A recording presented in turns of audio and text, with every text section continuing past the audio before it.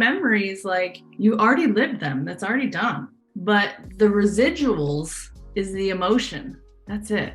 So the only way to clear emotion is to feel it.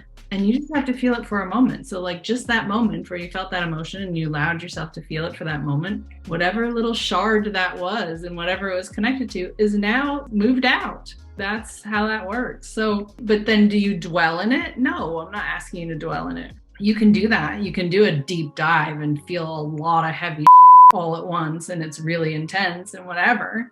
And then you can move out a lot at once. That is possible, and it feels horrible. But you can move big chunks of things all at once. As things come up, like it did just now, you just kind of allow yourself that moment to feel that, and then it's gone. It's the emotion that is the weight. It goes from energetic to emotional to physical. And the bridge between the energetic and the physical is the emotional.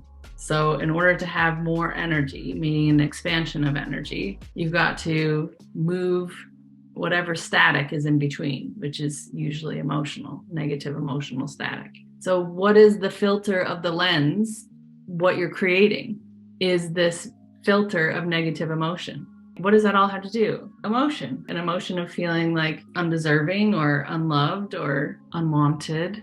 You know, I had someone else in the group whose father had passed away when he was young, and he never dealt with it.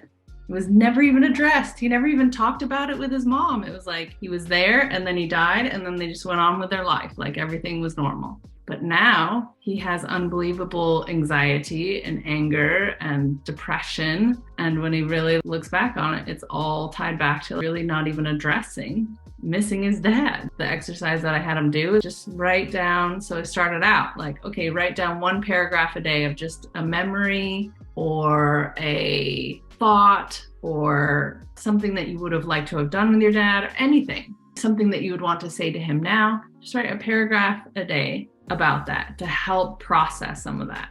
I talked to him a week later. That was too hard. He couldn't do it. The resistance to that was too high. So had I been on him about that and been like, come on, man, you just do it. Just do one paragraph. It's not that hard, blah, blah, blah.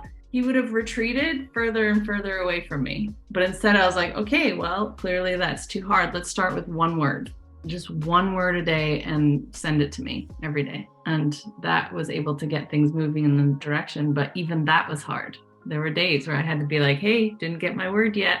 My point is like those micro movements get the energy and the momentum moving in the direction that you want.